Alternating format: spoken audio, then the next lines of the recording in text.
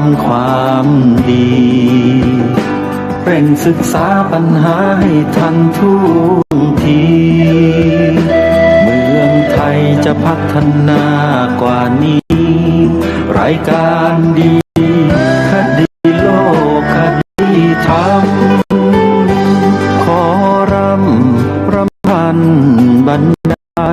ความคิดเครื่องหมายแห่งสีทั้งสามงามถนัดขาวคือบริสุทธิ์สีสวัสดิ์หมายพระไตรรัตน์และธรรมะคุ้มจิตไทยแดงคือโลหิตเราใสซึ่งยอมสละได้เพื่อรักษาชาติศาสนาน้ำเงินคือสีโสภาอันจอมประชาถ้าโปรดเป็นของส่วนองค์จัดริ้วเข้าเป็นไตรรงค์จึงเป็นสีธงที่รักแห่งเราชาวไทยทหารอวตารนำไปยงยุทธวิชัยพิชิตก็ชูเกียรติสยามประเทศไทยที่เจริญมั่นคงมาได้จนถึงทุกวันนี้ไม่ได้เกิดขึ้นจากความหวาดกลัวยังคลาดเขลาแต่บรรพบุรุษไทยของเราทุกสมัยล้วนแต่มีความกล้าหาญและฉลาด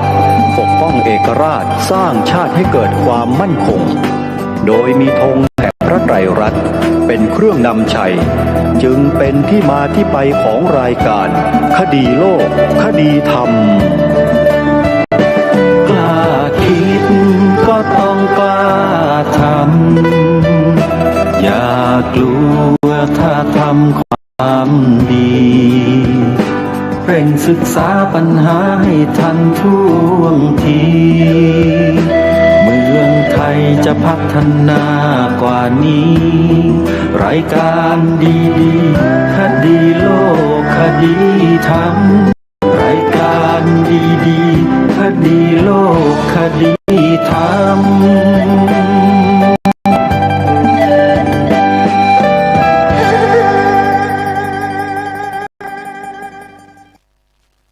ขอกราบถวายความนอบน้อมแด่พระรัตนตรัยถวายความเคารพพระมหาเถระพระเถรานุเถระทุกท่านขอเจริญสุขญาติโยมสาธุชนที่กำลังติดตามรับฟังรายการจากสถานีวิทยุแห่งนี้ทุกท่านขอนำท่านผู้ฟังเข้าสู่รายการคดีโลกคดีธรรมพบกันในวันนี้วันแรม15 ค่ำเดือน 8วันนี้ตรงกับวันพฤหัสบดีที่13 สิงหาคมพระพุทธศักราช2569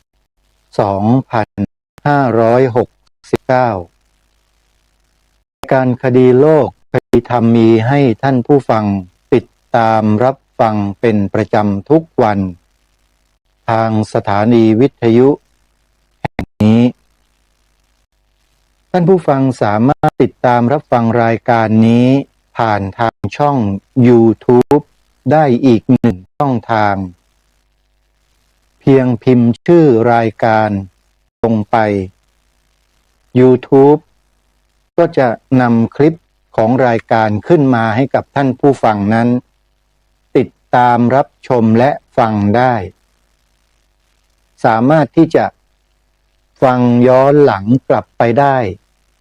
หลายตอนปีนี้ปีที่แล้วมีทั้งหมดเลยท่านผู้ฟังทางช่อง YouTube มีอยู่2 ช่องคือช่องวัดฝายหินชื่อเป็นภาษาไทยเรานี่แหละวัดฝายหิน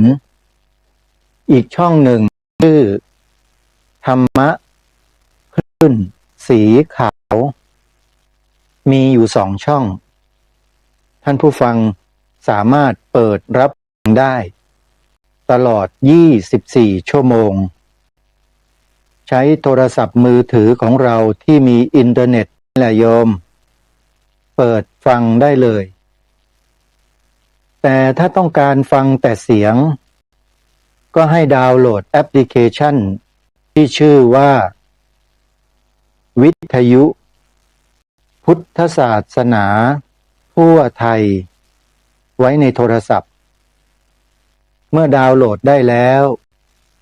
เวลาจะเปิดรับฟังก็ให้แตะไปที่แอปพลิเคชันที่หน้าจอที่เราดาวน์โหลดไว้นี่แหละแอปพลิเคชันวิทยุพุทธศาสนาทั่วไทยเนี่ยสถานีวิทยุรายชื่อสถานีวิทยุต่างๆก็จะ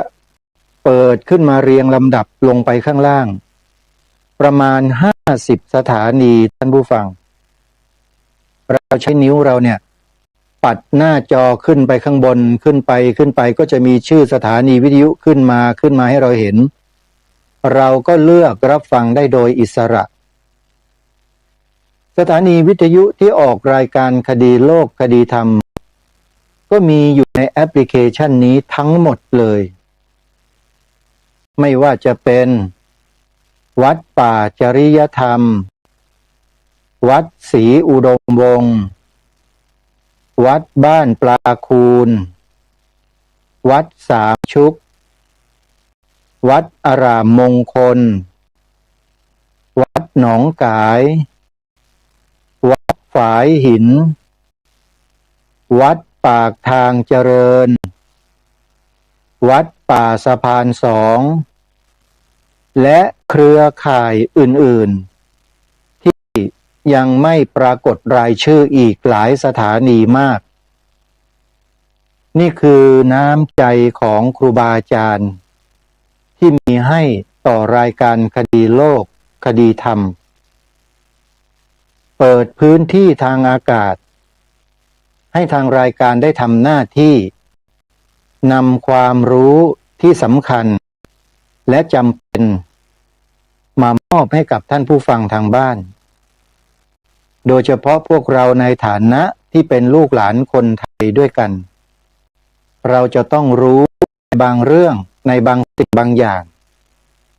ความจำเป็นและมีความสำคัญมาก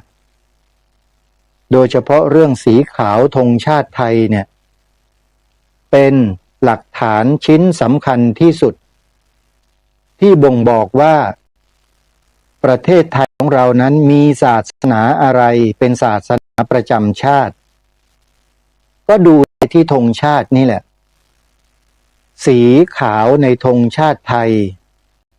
หมายถึงอะไรนั่นแหละเป็นเครื่องบ่งบอกถึงสถานะว่าประเทศเรามีศาสนาอะไรเป็นศาสนาประจำชาติถ้าเราตีความสีขาวธงชาติไทยผิดการตีความศาสนาประจำชาติไทยก็ผิดไปด้วยแต่ถ้าเราตีความสีขาวในธงชาติไทยถูกศาสนาประจำชาติไทยของเราก็ถูกต้องไปด้วยเพราะฉะนั้นมันขึ้นอยู่กับสีขาวธงชาติที่พวกเราตีความกันนี่แหละอย่าลืมนะมีที่มาที่ไปมีหลักฐานยืนยันนะว่าหมายถึงอะไรทางรายการมาตอกย้ำให้พวกเราชัดๆแจ้งโดยไม่ต้องอ้อมค้อมไม่ต้องกระมิดกระเมี้ยนไม่ต้องกระดากอายใครทั้งนั้นเพราะนี่คือความถูกต้องของบ้านเมืองและเป็นสัญลักษณ์แห่งความมั่นคงเป็นเอกราชของชาติไทยของเราด้วยถ้าเราปล่อยให้ใครมาบิดเบือนมาเปลี่ยนแปลงมากลบเกลื่อนนั่นก็เท่ากับว่าเรามีส่วนร่วมทำลายชาติตัวเองไปด้วยนะคือสิ่งที่ทางรายการย้ำมาโดยตลอดเพราะฉะนั้น2 ประโยคที่ทางรายการรณรงค์มาโดยตลอดให้พวกเราได้ช่วยกันกล่าวออกอากาศกันให้บ่อยๆจึงเป็นสิ่งที่จำเป็นมาก อย่าคิดว่าไม่จำเป็นนะครับครูบาอาจารย์ที่เคารพเดี๋ยวจะเหมือนกับบทพระราชนิพนธ์ที่ล้นเกล้ารัชกาลที่6ได้ทรงพระราชนิพนธ์เอาไว้เป็นบทร้อยกรองที่นำมาอ่านให้ฟังเมื่อวานเนี้ยที่บอกว่าแกงจืดชนจึงรู้คุณเกลือเป็นต้นคือพระองค์ทรงสอนให้พวกเราเนี่ยอย่าตั้งอยู่ในความประมาทเมื่อไหร่เราจะแย่เมื่อนั้นเพราะฉะนั้นของสีขาวธงชาติไทยเนี่ยครับเชื่อผมเถอะเพราะผมอยู่กับเหตุการณ์อยู่กับหลักฐาน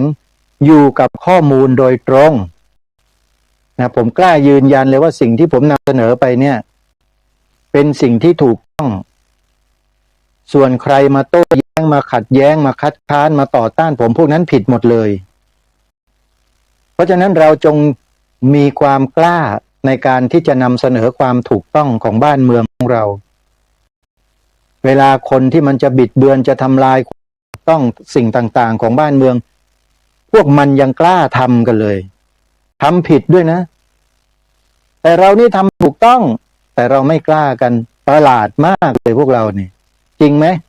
ทุกท่านว่าลองพิจารณาตัวเองกันดูได้จริงหรือเปล่ารออะไรกันอยู่ล่ะครับ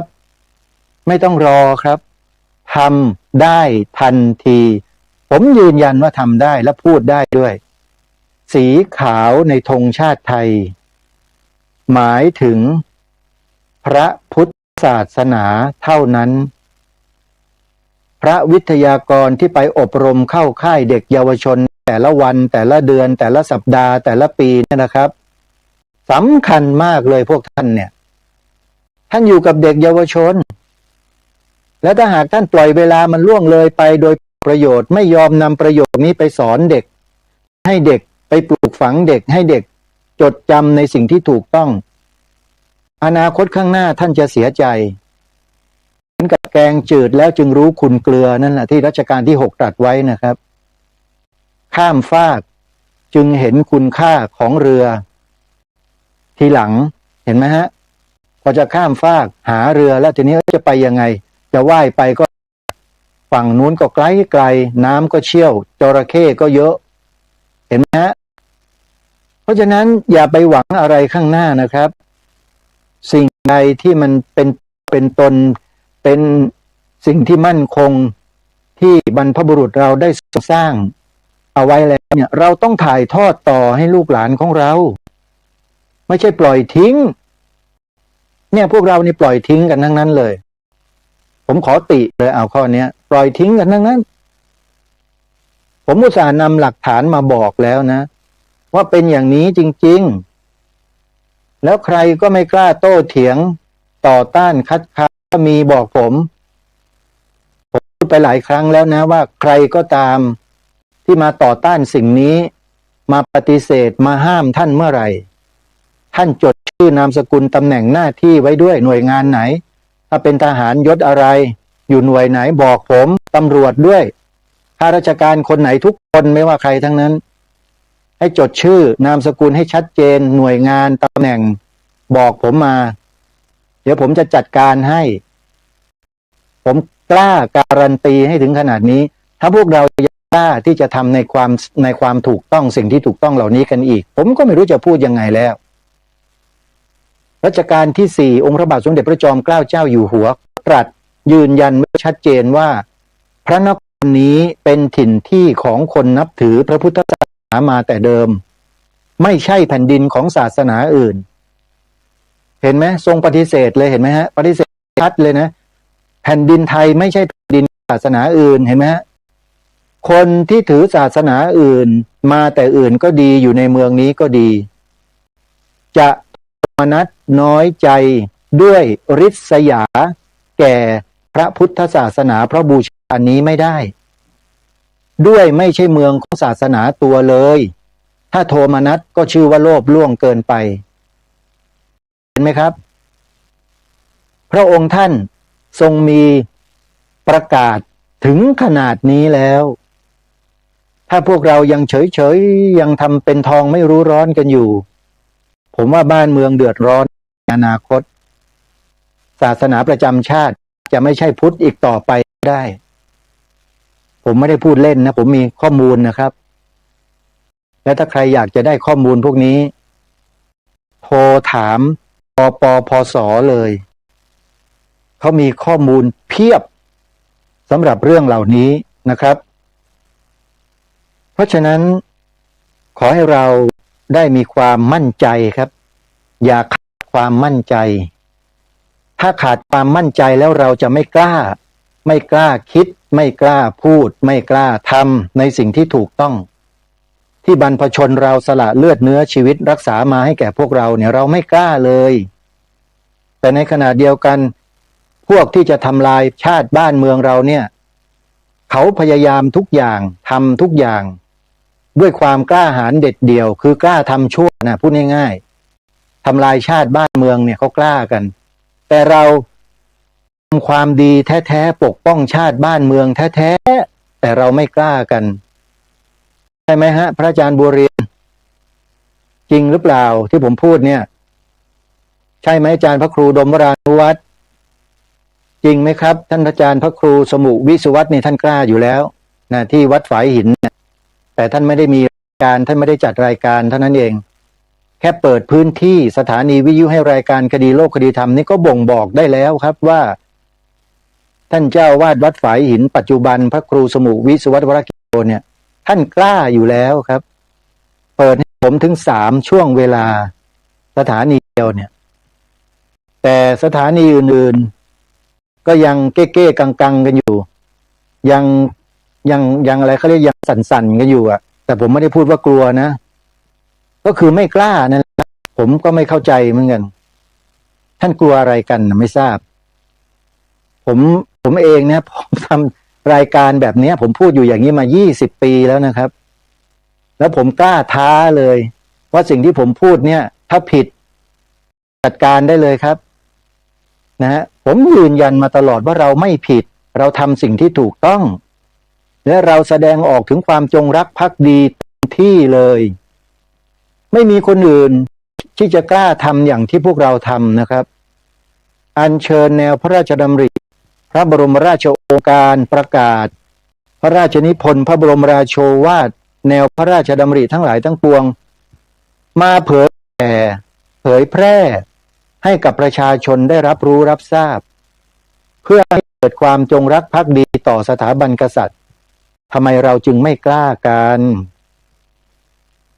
ถามหลายครั้งเดี๋ยวก็หมั่นไส้ผมอีกนะพวกท่านนะฮะผมก็ไม่ใช่พระเด็กๆแล้วนะครับผมนี่36พรรษาปีนี้36แล้วนะท่านไม่ใช่อายุนะครับพรรษาผมอุปสมบทมาตั้งแต่ปี34และผมอยู่วัดมหาธาตุมาตั้งแต่ผมเป็นเด็กมาบวชเป็นพระผมก็ยังกลับมาอยู่ที่นี่ทำหน้าที่ของผมอยู่เพราะผมมั่นใจและมุ่งมั่นด้วยเหตุการณ์ต่างๆที่ผมผ่านมากับครูบาอาจารย์ที่อยู่ในส่วนกลางเนี่ยระดับรองอธิการบดีมหาวิทยาลัยสงฆ์อย่างเงี้ยครับร่วมงานกันมาเนี่ยครับนะครับคณะบดีบ้างหัวหน้าส่วนต่างๆของมหาวิทยาลัยสงฆ์บ้างผมก็ทำงานร่วมกับครูบาอาจารย์มาโดยตลอดจนกระทั่งยุคหนึ่งที่ถูกปั่นหัวกันนะพระเราเนี่ยถูกเขาปั่นหัวกันอยู่ยุคหนึ่งผมไม่อยากจะพูดถึงหรอกว่าใครบ้างอะไรบ้างแต่ให้ทราบไว้เถอะว่าถูกปั่นหัวครับปั่นหัวเสร็จแล้วก็มาเล่นงานผม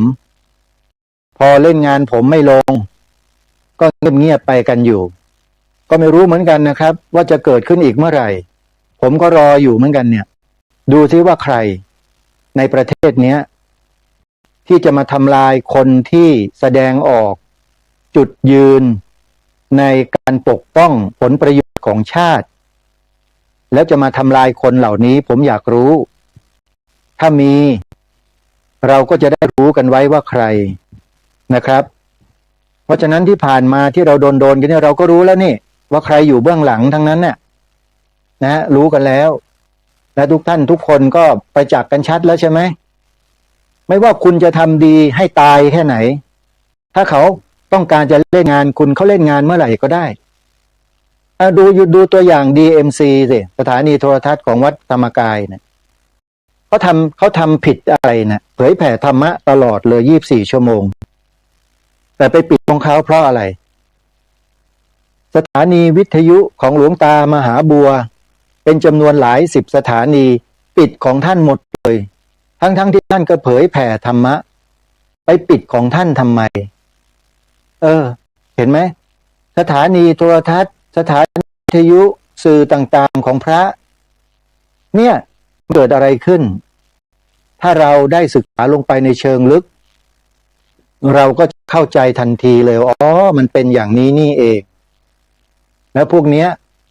นะเขาพยายามอยู่ตลอดเวลาไม่ได้ด้วยเลขเอาด้วยกลไม่ได้ด้วยมนต์ก็เอาด้วยคาถาเพราะฉะนั้นวิธีการอะไรก็ตามที่เราสามารถที่จะทำให้พวกเราเข้มแข็งและมีความมั่นคงตลอดกาลได้เนี่ยต้องรีบต้องเร่งแล้วทำทันทีและมันก็ไม่ผิดกฎหมายด้วยก็เหมือนอย่างที่ทางรายการทำอยู่ทุกวันนี่แหละครับผมยืนยันว่าผมไม่ได้ทำผิดกฎหมายอะไรเลยถูกต้องทุกประการมีหลักฐานพยานยืนยันหมดทุกประการนะครับสิ่งที่อัญเชิญมาทั้งหมดเนี่ยนี่คือกฎหมายของบ้านเมืองเรียกว่ากฎหมายจารีตประเพณีรัฐธรรมนูญคุ้มครองไว้อยู่ท่านแล้วการที่เรามาทำหน้าที่อย่างนี้รัฐธรรมนูญก็ให้อำนาจหน้าที่ไว้แล้วตามมาตรา50วงเล็บ1ที่ผมอ้างอิงมาโดยตลอดว่าเราทำหน้าที่ตามกฎหมายรัฐธรรมนูญบุคคลมีที่วงเล็บ1พิทักษ์รักษาไว้ซึ่งชาติศาสนาพระมหากษัตริย์และการปกครองระบอบประชาธิปไตยอันพระมหากษัตริย์ทรงเป็นประมุขเห็นไหมฮะชัดเจนอยู่แล้วพระราชบัญญัติคณะสงฆ์มาตรา35ก็คุ้มครองที่ดินวัดที่ธรณีสงฆ์ชัดเจนไม่อยู่ในความรับผิดแห่งการบังคับคดีเห็นไหมฮะ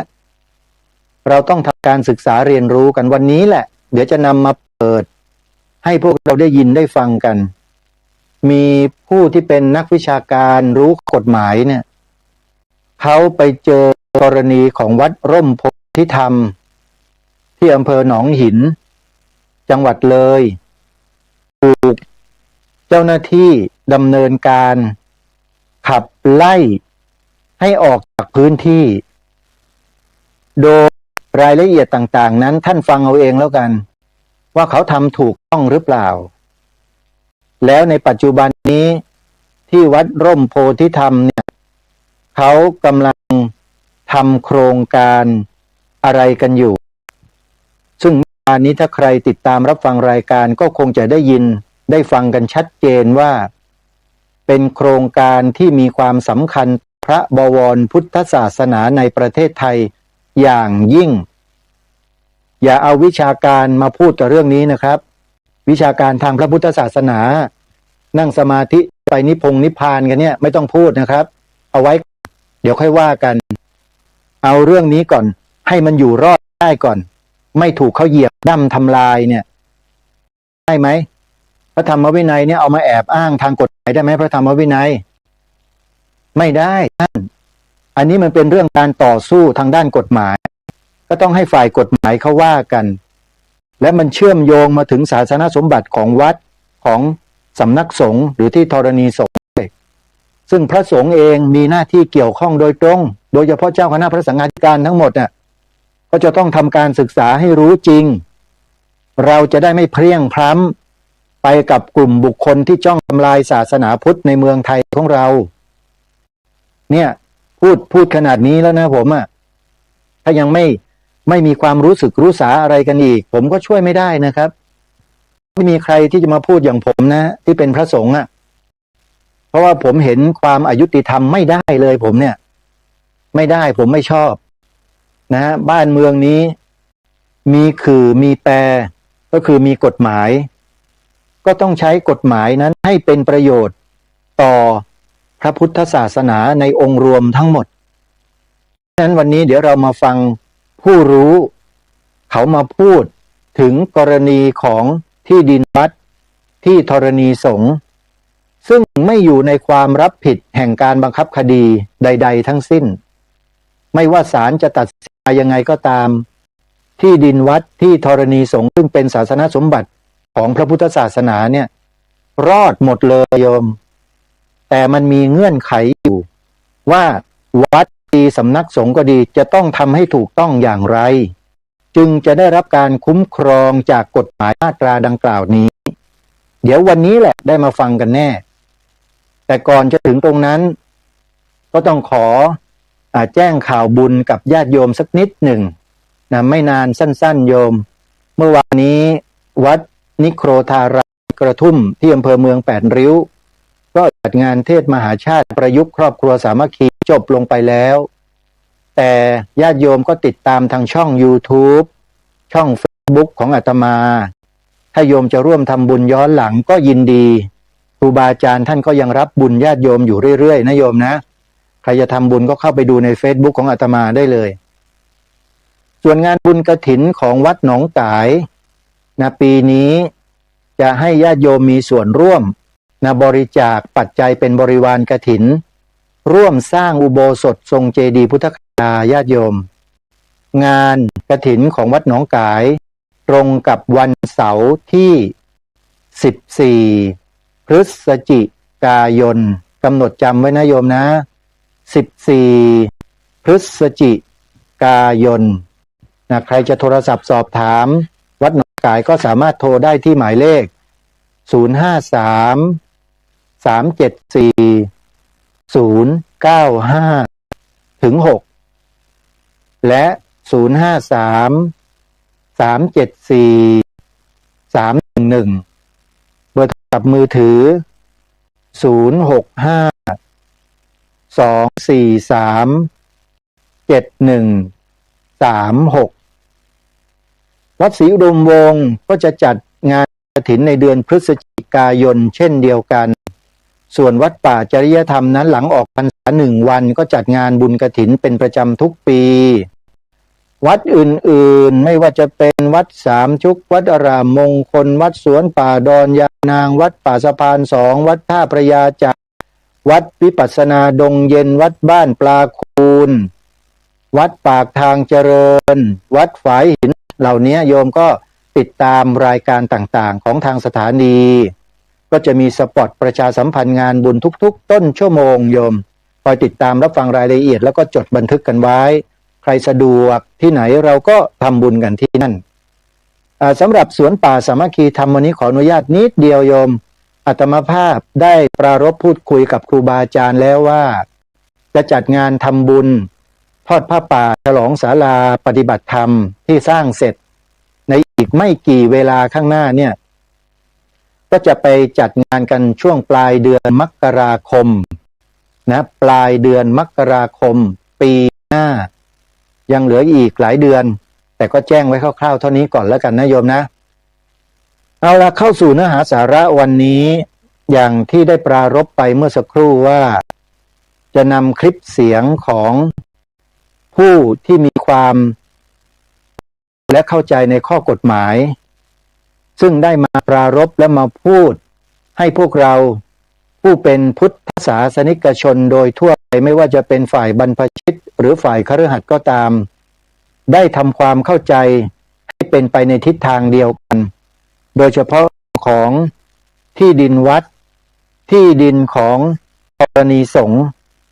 เราจะต้องทำความรู้ในข้อกฎหมายให้ชัดเจนว่าได้รับการคุ้มครองได้เมื่อใด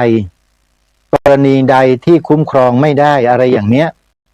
อันนี้สำคัญท่านผู้ฟังแล้วถ้าจะคุ้มครองได้อย่างเต็มที่ตามข้อกฎหมายที่กำหนดเนี่ย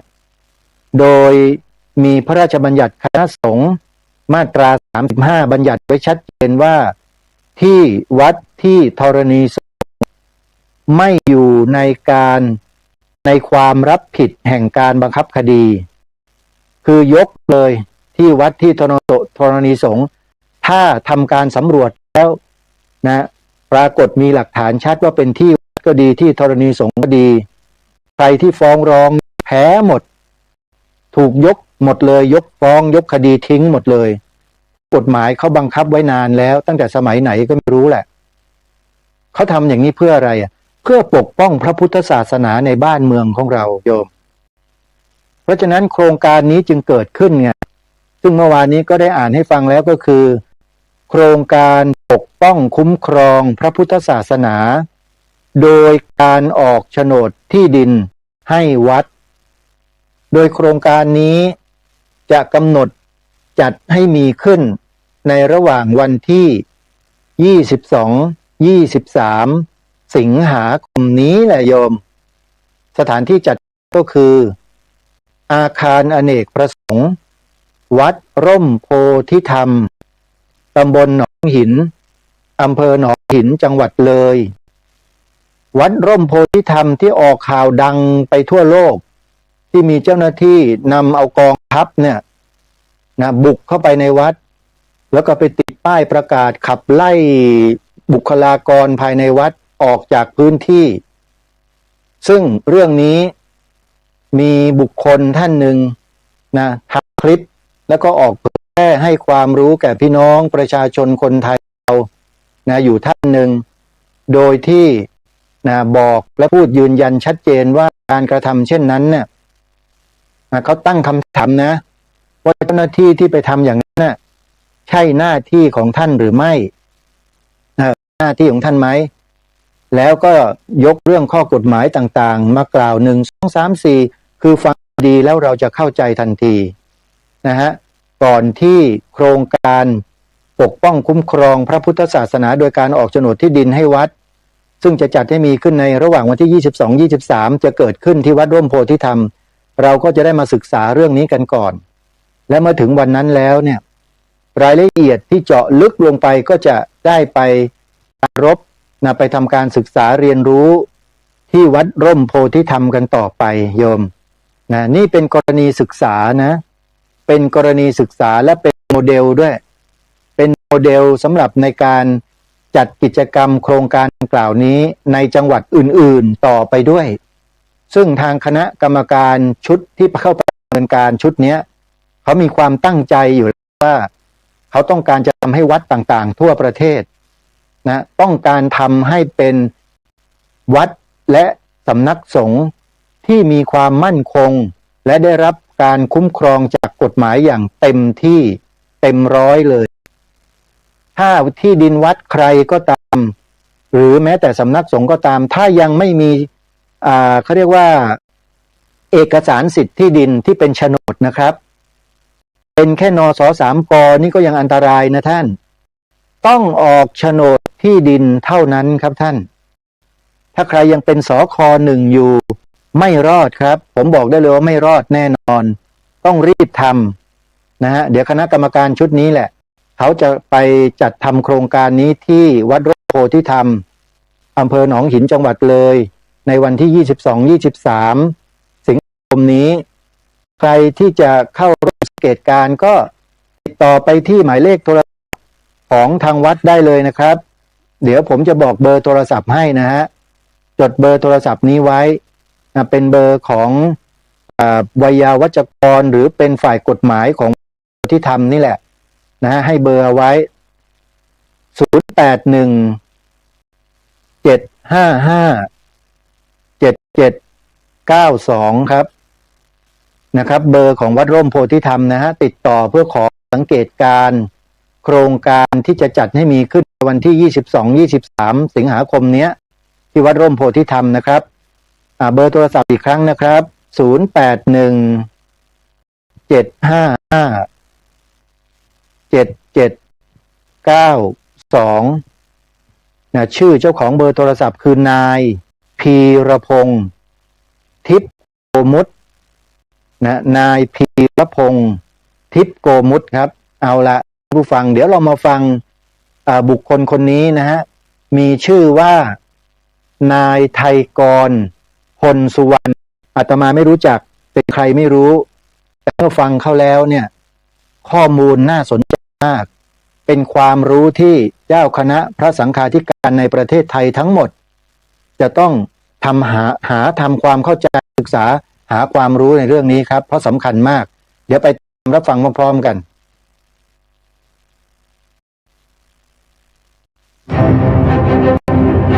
ทรัพย์สินอย่างใดที่โอนกันไม่ได้ตามกฎหมายหรือกฎหมายย่อมไม่อยู่ในความรับผิดแห่งการบังคับคดีก็คือที่ดินวัดไม่อยู่ในความรับผิดแห่งการบังคับคดีดังนั้นเมื่อถามผู้อำนวยการสำนักงานบังคับคดีจังหวัดเลยไปเขาก็มีเอกสารแนบกันไหมครับว่านี่ประกาศการอนุญาตให้สร้างวัดประกาศตั้งวัดร่มโพธิธรรมสร้างวัด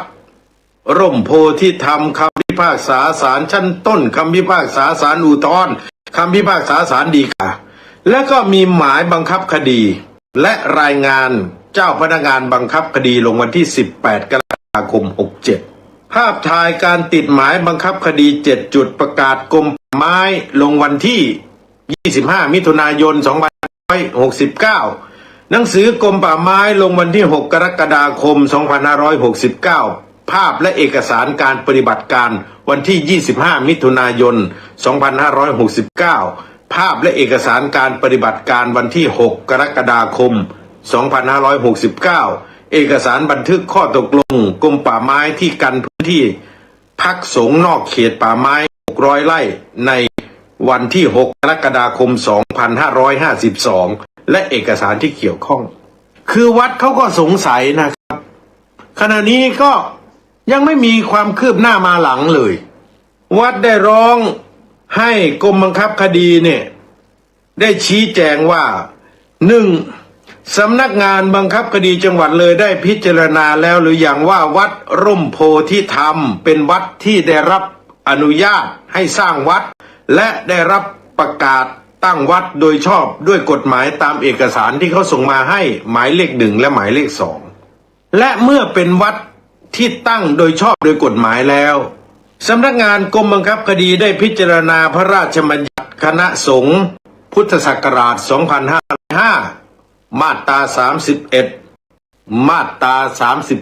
34 และมาตรา 35 ก่อนดำเนินการหรือไม่ คือกฎหมายเขาบัญญัติไว้ไม่ต้องอ้อมค้อมครับว่าที่ธรณีสงฆ์หรือที่วัดเนี่ยไม่ได้อยู่ภายใต้การบังคับพูดง่ายๆก็คือไม่มีใครสามารถจะยึดเอาที่ดินวัดหรือที่ธรณีสงฆ์ไปได้นะครับที่เขียนไว้ตั้งแต่ 2505 แล้วข้อที่ 2เขาได้ถามว่ากรมบังคับคดีได้อาศัยอำนาจตามกฎหมายใดในการดำเนินการบังคับคดีและได้พิจารณารัฐธรรมนูญมาตรา 50 วงเล็บ 1 และมาตรา 67 ก่อนดำเนินการหรือไม่เนื่องจากตามบทบัญญัติกฎหมายบัญญัติไว้ดังนี้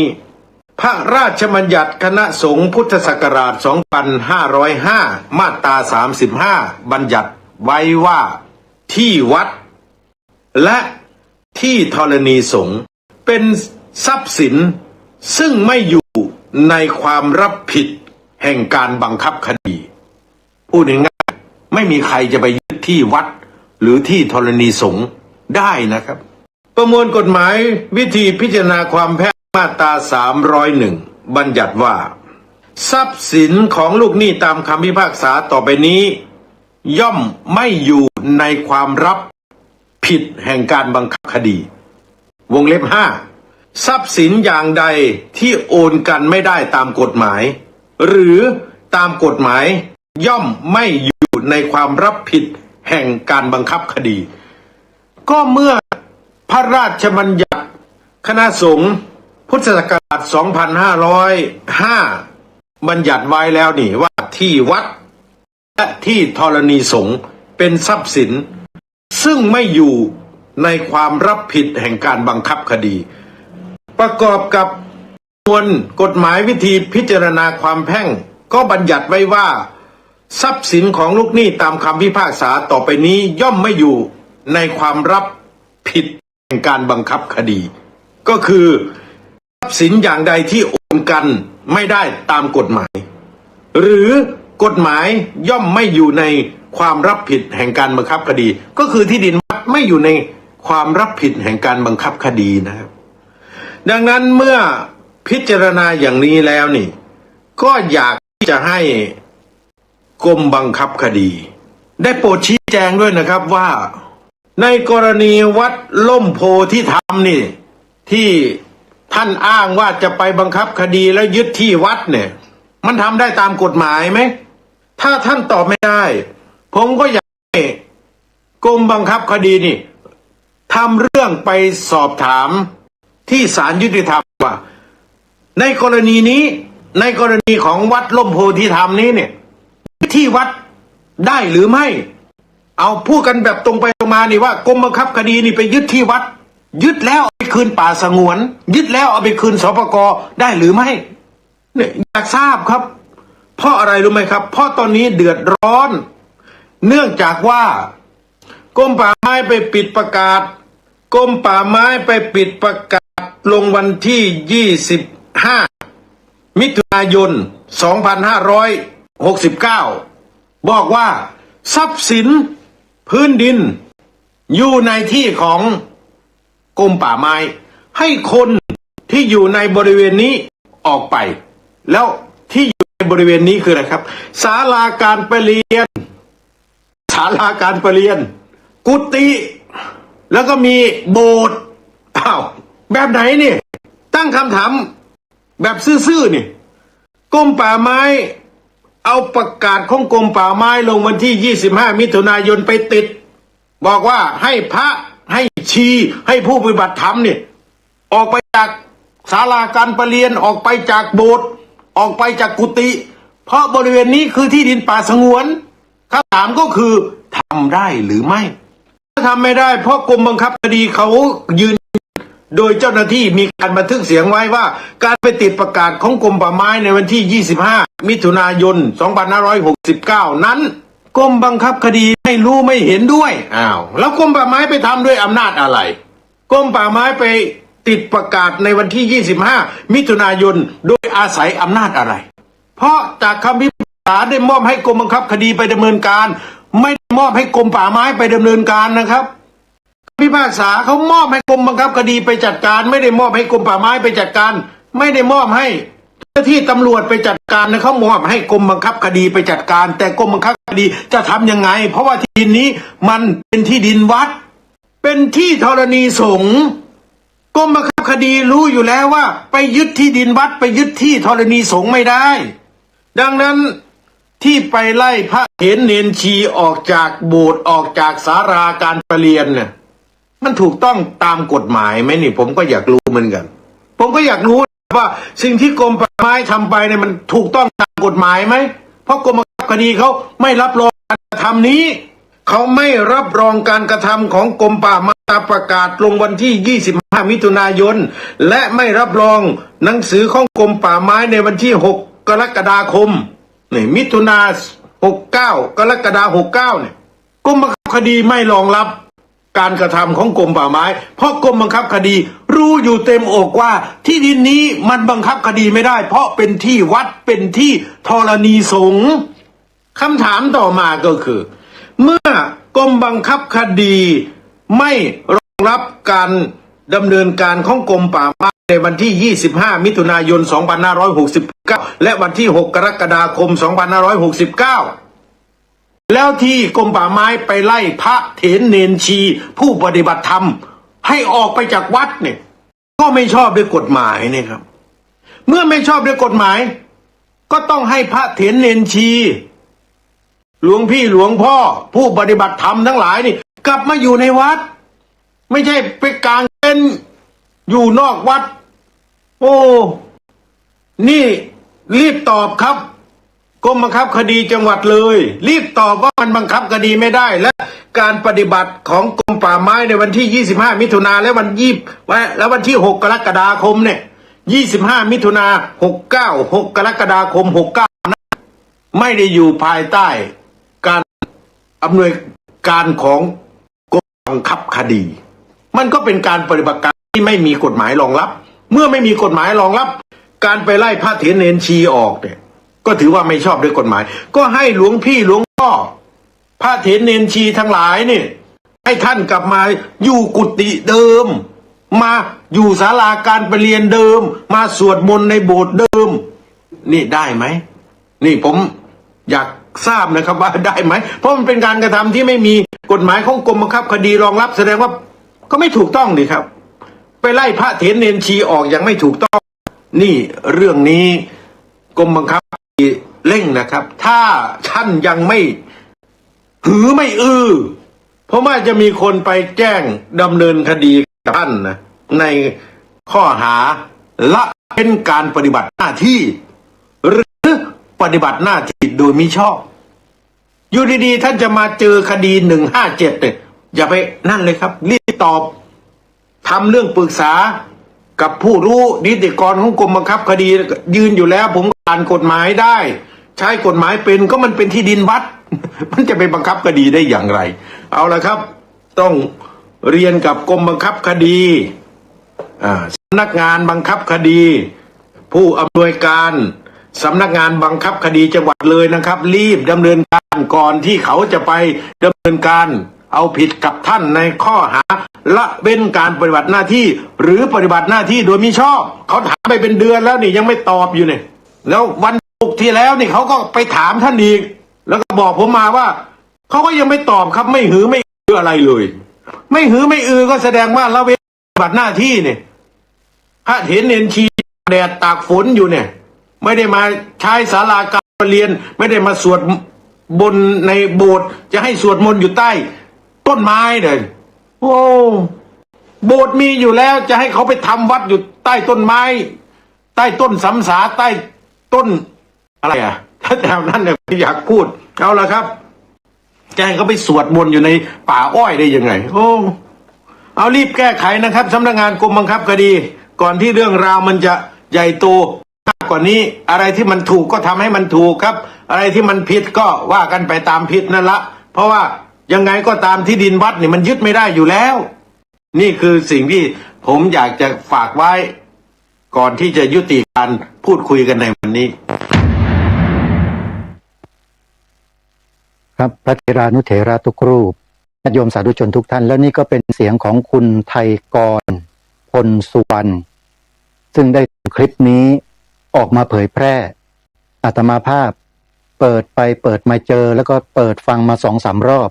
แล้วก็ดูประมวลกฎหมายที่ท่านอ้างถึงไม่ว่าจะเป็นรัฐธรรมนูญมาตรา50 วงเล็บ 1ไม่ว่าจะเป็นพระราชบัญญัติคณะสงฆ์ฉบับปีพระพุทธศักราช 2505 มาตรา 35ก็เป็นอย่างที่ท่านกล่าวทั้งหมดเลยทุกตัวอักษรเหมือนกับที่ท่านพูดทีนี้เรื่องของการดำเนินการทางด้านกฎหมายกับหน้าที่รัฐที่ละเลยการปฏิบัติหน้าที่หรือปฏิบัติหน้าที่โดยไม่ชอบอะไรก็นั้นก็แล้วแต่มันเป็นเรื่องของโยมอาตมาไม่เกี่ยวนะแต่ว่าที่นำมาเปิดในครั้งนี้เนี่ยเพื่อนำมาเผยแพร่ให้กับพระของเราโดยเฉพาะในระดับเจ้าคณะพระสังฆาธิการทุกๆรูปเนี่ยให้ท่านได้ทราบถึงความคืบหน้าการดำเนินการของคณะเจ้าหน้าที่ที่กระทำต่อพระสงฆ์สามเณรอุบาสกบาสิกาแม่ชีของวัดร่มโพธิธรรมตามที่คุณไทยกรได้พูดได้กล่าวถึงเมื่อสักครู่นี้ว่าท่านกระทำเกินกว่าหน้าที่ไปหรือเปล่า